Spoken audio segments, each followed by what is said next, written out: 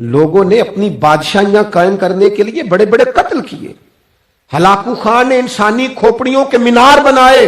لوگوں نے بڑے بڑے ظلم کیے, جبر کیے, خوف اور ہراس پھیلایا, اپنے اقتدار پکے کرنے کے لیے بڑے بڑے جبر کیے. پھر کیا ہوا؟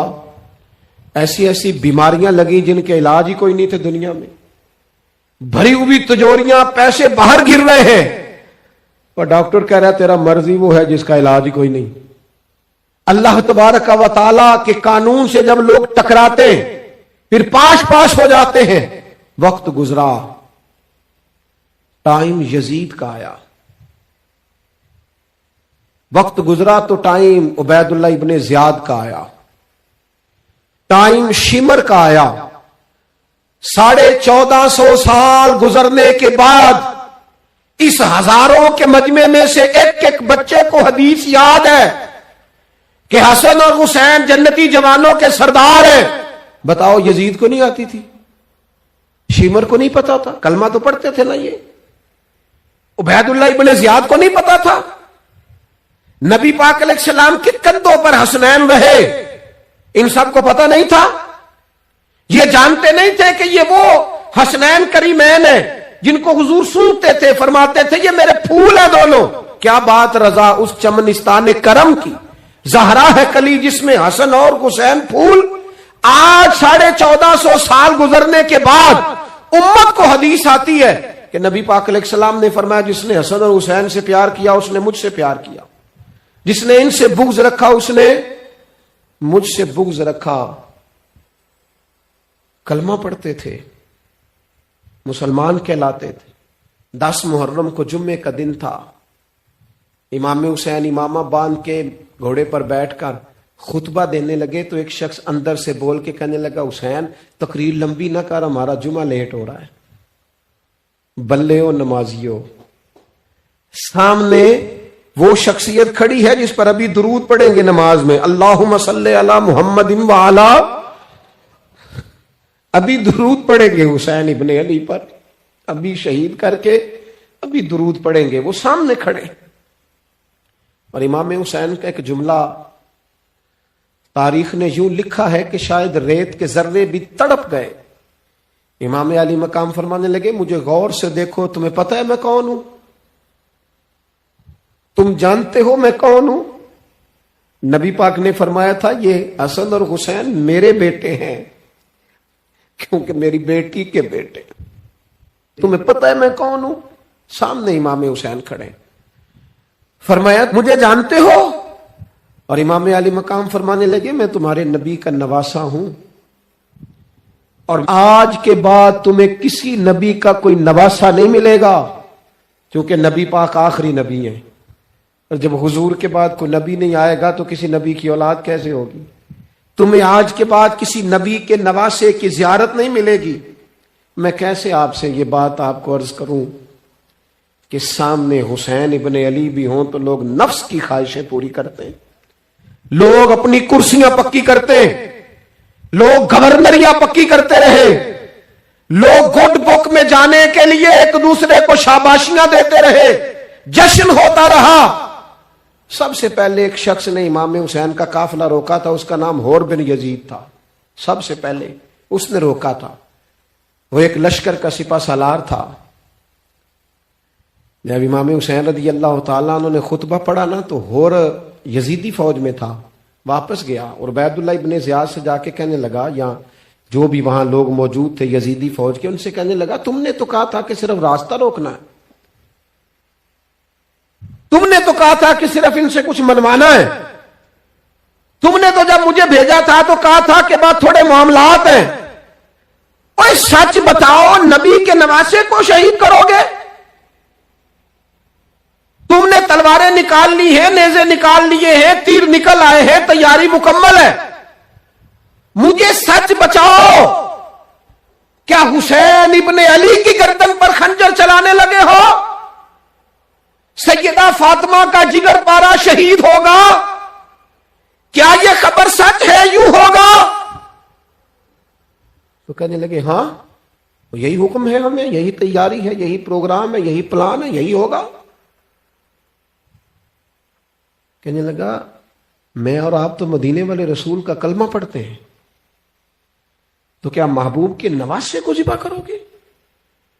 جناب علی اکبر کو جن کا چہرہ رسول پاک سے ملتا ہے، حضرت قاسم بن حسن کو، جناب علی کے بیٹوں عباس بن علی کو، حضرت علی کے بیٹے ابو بکر بن علی کو، حضرت علی کے بیٹے عمر بن علی کو، حضرت علی کے بیٹے یہ بھی 3 کربلا میں موجود، حضرت عثمان ابن علی کو، ان کو شہید کرو گے؟ نے کہا ہاں تیاری ہو گئی ہے۔ تو سب کے ضمیر مردہ نہیں ہوتے، ہاں بڑی بڑی سخت جگہوں پہ پھول اگتے ہیں۔ حر نے جب ان سے کہا کہ تمہارا پکا ارادہ ہے، کہا پکا ارادہ ہے، تو اس نے کہا یہ زیرہ پکڑو، یہ عہدہ پکڑو، مجھے تمہارا دیا ہوا عہدہ نہیں چاہیے، حسین کے نانا کی دی ہوئی جنت درکار ہے، یہ رکھو اپنے پاس، مجھے تمہارا۔ ایڑی لگائی اس نے اور دوڑا اور امام حسین کے قدموں میں گیا، کہنے لگا حضور میں مجرم ہوں، میں خطا کار ہوں، میں نے سب سے پہلے آپ کو روکا تھا، پر مجھے قسم ہے اللہ کی میں جانتا نہیں تھا ان کا ارادہ کیا ہے، حضور بھول گیا، غلطی کر بیٹھا، یہ اندھے ہوں گے، ان کی آنکھوں میں پٹی بندی ہوگی، پر مجھے تو پتا ہے نا کہ دنیا کو پھر محمد کا نواسا نہ ملے گا، مجھے خبر ہے، اگر معافی مانگوں تو معاف کر دو گے، پہلا مجرم ہوں، میں نے روکا ہے، اگر آ جاؤں تو قبول کر لو گے؟ یہ ظرف، یہ حوصلے، یہ توانائیاں اگر ہیں تو سیدہ فاطمہ کے دودھ میں ہیں، یہ شیر خدا کی تربیت میں ہیں، یہ محبوب نے جو ان کی زبانوں کو چوسا تو اس کرم میں ہے۔ حضرت امام حسین نے اٹھ کے سینہ یوں چوڑا کیا، ہاتھ پھیلائے، فرمایا آجا، لگ جانا میرے سینے کے ساتھ، تو آ جانا، تو نے دیر کی، ہم تو پہلے سے منتظر تھے، تو آ جا، تیری ساری معاف ہے۔ حر کے مقدر جاگے، امام علی مقام کے لشکر میں شامل ہوا۔ بعض نے لکھا ہے جو لوگ ابتدا میں شہید ہوئے امام حسین کی طرف سے، ان میں حر شامل۔ حضرت جناب زینب نے پتہ کیا دیکھا تھا؟ وہ سننا ذرا، امام حسین کی لاش مبارک کربلا میں پڑی تھی اور امام حسین کا سر کاٹ کے نیزے پہ چڑھایا گیا تھا، اور وہ بیویوں کے سامنے خالی سر چڑھ رہا تھا، اور سینکڑوں میل کا سفر کر کے دمشق کے بازاروں سے گزرتا وہ سر گیا۔ آج میں سر کی بات نہیں کرتا، سر کی، آپ مرد ہیں، جوان ہیں سارے، یہاں کسی کا کٹا ہوا ہاتھ پھینک دیا جائے نا، ہاتھ تو لوگ چیخے مار کے دوڑ جائیں گے، بلکہ ہاتھ تو دور رہا، کسی کی انگلی کاٹ کے یہاں پھینکی جائے تو لوگ چیخے مار کے مرد دوڑ جائیں گے، لیکن کٹا ہوا سر دیکھا، لاشیں دیکھے۔ یزید کا دربار آیا، بی بی صاحبہ کو نا ایسے عورتوں نے اپنے حالے میں لیا ہے، سیدہ زینب وہاں بیٹھ گئیں، تو جب بولا نا یزید دربار میں، کہنے لگا کہ دیکھو اللہ نے عزت والوں کو عزت دی، معاذ اللہ ثم معاذ اللہ، اور میرے مخالفین کا کیا حشر ہوا جب اس نے دیکھے نا، ایک آدمی مجبور ہے، مقہور ہے، اتنا لمبا سفر ہے، غربت ہے، پیاس ہے، بیماری ہے، کیا انداز ہے جب اس عالم میں یزید کے دربار میں اس نے گستاخی کی امام حسین کی۔ یہاں لوگ کہتے ہیں کسی کو کچھ نہ کہو، کہ کیوں نہ کچھ کہیں، جو سیدنا امام حسین کے بارے میں بات کرے گا زبانیں کھینچیں گے اس کی، جو صحابہ کے بارے میں بات کرے گا ہم کرنے دیتے ہیں؟ یہ کیا بات ہوئی؟ گستاخی کرنا، بے ادبی کرنا، یہ کون سا دین ہے؟ یہ تو تم بے دینی پھیلا رہے ہو۔ سنو، جب اس نے بے ادبی کی تو سیدہ زینب چپ نہیں رہی، بلکہ حضرت زینب بولی اور کھڑی ہوئی، اور آپ نے تلاوت کی قرآن مجید کی اور آیتیں پڑھی، کہنے لگی وَتُعِزُّ مَن تَشَاءُ وَتُذِلُّ مَن تَشَاءُ بِیَدِکَ الْخَیْرُ، اور آپ فرمانے لگی یزید تو کہتا ہے تیرے مخالفین پسپا ہو گئے، تجھے عزت ملی؟ آپ فرمانے لگے یہ تیرا دربار ہے نا، یہ تیرا سجا ہوا ہے نا، تیرا اس وقت ڈنڈا چلتا ہے نا۔ فرمانے لگی چند سال ٹھہر جا، تیرے اوپر لوگ لعنتیں برسائیں گے، اور فرمایا جب جمعے پڑھے جائیں گے تو لوگ میرے حسین کے نام کے خطبے پڑھیں گے۔ فرمایا آج یہ تیرا دربار ہے نا۔ حضرت نعمان بن بشیر صحابی رسول تھے، وہ کہتے ہیں میرے قریب ایک نابینا صحابی بیٹھا تھا، سنو سنو حوالہ میں دکھاؤں گا. کہنے لگے میرے قریب اس وقت یزید کے دربار میں ایک نابینا صحابی بیٹھے تھے. جب بی بی زینب نے یہ بات کی نا تو وہ نابینا صحابی میرا ہاتھ پکڑ کے کہنے لگے نعمان علی آ گئے ہیں. یہ تو علی کی آواز ہے، علی آ گئے. جبریل امین بول رہے ہوں جیسے، حکمت کے گوہر رول رہے ہوں جیسے، دربار دمشق میں وہ زینب کا خطاب منبر پہ علی بول رہے ہوں جیسے. کہنے لگے علی آ گئے، علی، یہ تو علی کی آواز ہے. جناب نعمان بن بشیر کہنے لگے نہیں، علی جب بولتے تھے تو بڑا رنگ ہوتا تھا، ابھی تو زینب کھل کے بول ہی نہیں رہی، ابھی تو زینب ستائی ہوئی ہے، ابھی تو زینب زخم کھا کے آئی ہے، ابھی تو زینب پیاسی ہے. کاش زینب تر و تازہ ہوتی تو زینب خطبہ پڑھتی تو علی کی طرح گرجدار آواز نکلتی. یزید کے محل کانپتے، جبریل امین بول رہے ہوں جیسے، حکمت کے گوہر رول رہے ہوں جیسے، دربار دمشق میں بی بی زینب کا خطاب منبر پہ علی بول رہے ہوں جیسے. وہ مسکینوں کی طرح منتیں نہیں کر رہے تھے، ہائے پانی ان کا مزاج ہی نہیں تھا، بلکہ وہ دلیر لوگ تھے، دلیر، اور بر موقع بر محل بولتے تھے. یزید آیا دربار میں، جب یہ سارا قافلہ وہاں پہنچا تو یزید دربار میں آیا، اور جب وہ دربار میں آیا تو بادشاہوں کا طریقہ ہے، گاڑیاں، اب ہمارے بادشاہوں نے روٹر والی گاڑیاں رکھی ہوئی ہیں، وہ یوں چلتی ہیں، شور ہوتا ہے پیچھے. اس زمانے میں کہا جاتا تھا با دبا ملاحظہ ہوشیار، پیچھے ہٹ جاؤ، نعرے لگنے لگے. تو یزید کا ایک ناخلف بیٹا امام زین العابدین سے کہنے لگا تیرا باپ کہاں ہے؟ دیکھ یہ میرے باپ دادا کے نعرے، دیکھ میرے باپ کے نعرے، تیرے کدھر ہے؟ ابھی یہ بات شروع اس نے کی تھی کہ دمشق کی جامع مسجد میں زور کی اذان ہو گئی، اور جب مؤذن نے کہا نا اشہد ان محمد رسول اللہ، تو امام زین العابدین اس کا ہاتھ پکڑ کے کہنے لگے یہ میرے نانا کے نعرے لگ رہے ہیں، اگر تیرا ہے تو بتا، یہ میرے نانا کے نعرے ہیں. اور فرمایا تیرے باپ کے 2-2.5 سال لگیں گے، میرے نانے کے قیامت کے بعد بھی لگیں گے، میرے نانے کے نعرے قیامت کے یہ لگتے رہیں گے، لگ رہے ہیں اور لگتے تھے اور لگتے رہیں گے. میرے بھائی یاد رکھو، دلیری، ہمت، پہلی بات ان سے پیار کرنا ہے، دوسرا ان کی ہمت، ان کا مقام دلیری کرنا ہے، ان کا کام ہمت کرنا ہے، ان کا کام ڈٹ جانا ہے. کمزوری دکھانا اہل بیت کا طریقہ ہوتی ہے. حضرت عباس کے بازوؤں میں درد ہوتی، جناب زینب پھر پریشان ہوتی ہیں کہ ہم تو اس بے حیائی کے خلاف لڑے اور امت ابھی یہ گند کر رہی. جو چوکوں میں کھڑا ہوتا ہے نا عورتوں کو تاڑتا ہے، وہ یزید کے طریقے پہ عمل کرتا ہے. یہ دلائل ہے، آپ سوچ لیں، اندازہ کر لیں کہ ہم نے کس جماعت میں کھڑے ہونا ہے. اس لیے گند سارا نکالیں. امام حسین کا ایک پیغام آج اپنانا بڑا ضروری ہے. امام حسین نے سر سجدے میں کٹایا اور قرآن کی تلاوت نیزے کی نوک پہ بھی جاری رہی ہے. اس لیے آج کم از کم 10 نفل امام حسین کی سنت سمجھ کے ضرور پڑھیں گے انشاءاللہ. جنہوں نے روزہ رکھا ہے بڑا اچھا کیا ہے، چلو جو نہیں رکھ سکے پھر بھی نفلی ہے، کوئی فرض نہیں. کم از کم 3 دفعہ سورت یاسین کی تلاوت آج. حبار بن اسود اللہ کے رسول صلی اللہ علیہ وسلم کی سب سے بڑی صاحبزادی کا قاتل ہے. حضرت زینب رضی اللہ تعالی عنہ آ رہی تھی مکہ سے مدینہ کی طرف، اس نے نیزہ مارا، آپ گر گئیں.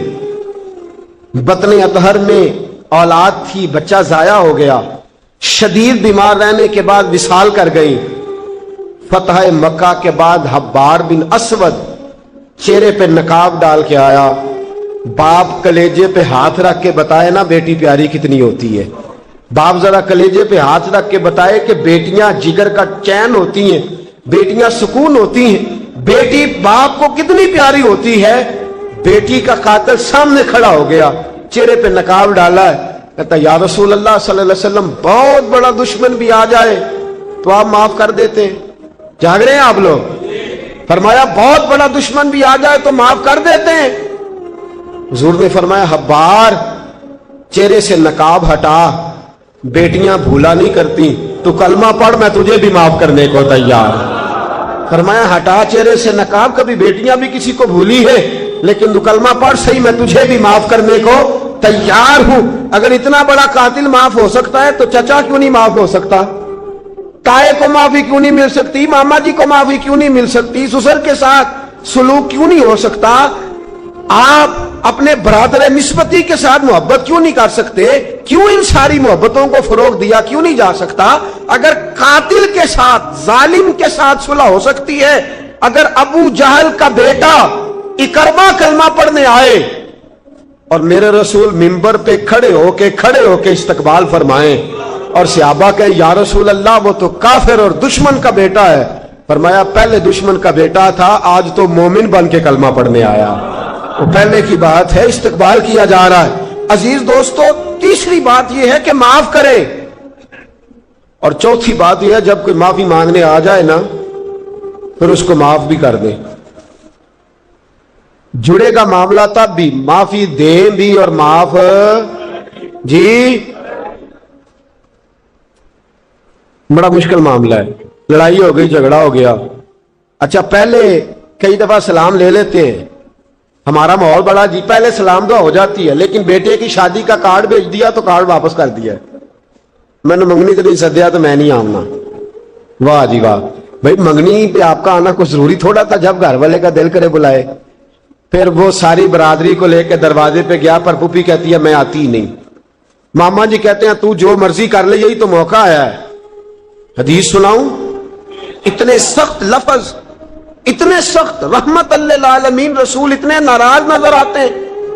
حضور نے فرمایا، ترغیب و ترہیب میں حافظ منذری رحمت اللہ علیہ حدیث لائے، رسول رحمت صلی اللہ علیہ وسلم نے فرمایا جس سے اس کا بھائی معافی مانگنے آیا اور اس نے معاف نہ کیا، جس سے اس کا عزیز، اس کا دوست، اس کا رشتہ دار، اس کا مومن بھائی معافی مانگنے آیا اور اس نے معاف نہ کیا، فرمایا اگر معاف نہیں نہ کرنا تو میرے حوض کوثر پہ نہ آئے، میں جام نہیں پلاؤں گا. حوض کوثر پہ بالکل نہ آئے، مجھ سے جام کا مطالبہ نہ کرے. سخت گرمی کے ماحول میں نہیں جام پلاتا. اگر مجھ سے جام لینا ہے میرے ہاتھوں سے تو جب بھی کوئی معافی مانگنے آئے فوراً معاف کر دیا کرو. جب بھی کوئی، اور معافی بندے کے لیے نہیں دینی، اللہ کی رضا کے لیے دینی. بندے میں تو کوتاہیاں موجود رہیں گی، بندے میں تو غلطیاں موجود رہیں گی. آج اختلافات ہیں رشتہ داروں میں، اتنے اختلافات کے سال فوتگی ہو گئی.